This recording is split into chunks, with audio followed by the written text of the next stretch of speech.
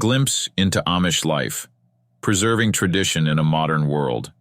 In a world buzzing with notifications, rapid technological advancements, and the hum of machines, the Amish community stands as a beacon of simplicity and steadfast tradition. They have drawn a distinct line between themselves and the modern world, maintaining a lifestyle that captivates the imagination of outsiders. But where exactly do they draw that line? During a visit to my friend Harley's Amish homestead, I had the unique opportunity to witness how the Amish manage this balance. Harley, for example, won't allow a telephone in his home. It's kept in a small shed at the edge of his property, powered by his non-Amish neighbor's electricity. Although he won't own or drive a car, Harley once hired a driver with a truck and trailer to transport 11 Highland cows from New Hampshire to his farm. This delicate dance between embracing necessity and rejecting modern convenience left me both amazed and contemplative. Laundry, the Amish way. One of the first lessons in Amish ingenuity came through observing their laundry practices. Electricity is a no-go, yet propane-powered motors are allowed. Sarah, our warm and knowledgeable hostess, demonstrated how she does laundry. A motor outside her house drives a shaft connected to an agitator in a wash tub. Hot water from a nearby tank, a little soap, and sheer determination transformed heaps of clothes into fresh, clean garments. The process didn't stop there. After washing, Sarah and her young son, Levon, cranked the wet laundry through a wringer into rinse tubs before hanging it to dry using a pulley-operated clothesline. The sight of colorful fabrics fluttering high above a sunlit pasture was almost poetic. And the practicality. Clothes dried this way last longer and maintain their vibrant colors better than those tumbled through an electric dryer.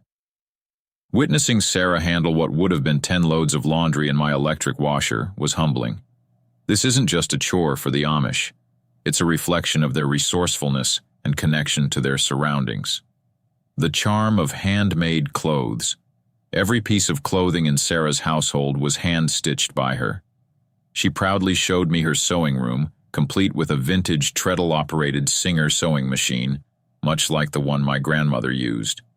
Sharing patterns with other Amish women, Sarah ensures the continuity of their timeless fashion.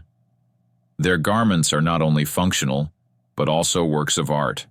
Each stitch speaks of patience, dedication, and an intimate relationship with their craft, a stark contrast to the disposable fast fashion that dominates our wardrobes today. Cooling without electricity. How does an Amish family preserve food without a refrigerator? Sarah explained that their family relies on ice harvested from a nearby pond. Using horse-drawn saws, they cut massive ice blocks and store them in an insulated basement. Remarkably, the ice can last an entire year, sometimes longer. Shelves in Sarah's pantry brimmed with jars of canned peaches, onions, vegetables, and meat, enough to sustain the family for months. I marveled at the foresight and effort behind their self-sufficiency. Before I left, Sarah gifted me a jar of her home-canned peaches, a small token of their hospitality that tasted like sunshine captured in glass. Warmth and wholesome meals. Dinner was a revelation of simple, wholesome living. Raw milk from their Jersey cow, freshly baked bread, creamy yogurt, and a decadent chocolate cake with buttery frosting made up the meal. Everything came straight from Sarah's pantry, a testament to the flavor and satisfaction that comes from farm-to-table living.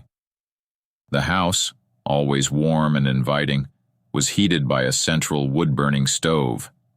Unlike the uneven heat of modern systems, the stove provided consistent warmth. It even doubled as a hot plate, always ready to heat a cup of tea or a pot of stew. As I basked in the cozy ambiance, I couldn't help but wonder how they manage in the heat of summer. Ingenious showers and gravity-fed water. One of the most fascinating features of the house was its shower system. Sarah heated water on the wood stove, mixed it with cold water, and poured it into a shower bucket. A simple handle controlled the flow, and gravity did the rest. While it wasn't as powerful as a modern shower, The steady stream of warm water was more than sufficient, and honestly, quite refreshing. Running water in the kitchen and bath was also courtesy of gravity. A natural spring on the property fed into a concrete tub for the cattle, its constant flow keeping the water clean and ice-free even in winter.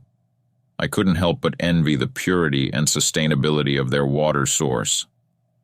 Looking ahead, our visit ended with promises to return in June to watch Harley harvest 6,000 bales of hay using horse-drawn equipment. I left the Amish homestead with a newfound respect for their way of life, a delicate balance between tradition and practicality. Living without modern conveniences might seem daunting to most of us, but the Amish have found a rhythm that works for them.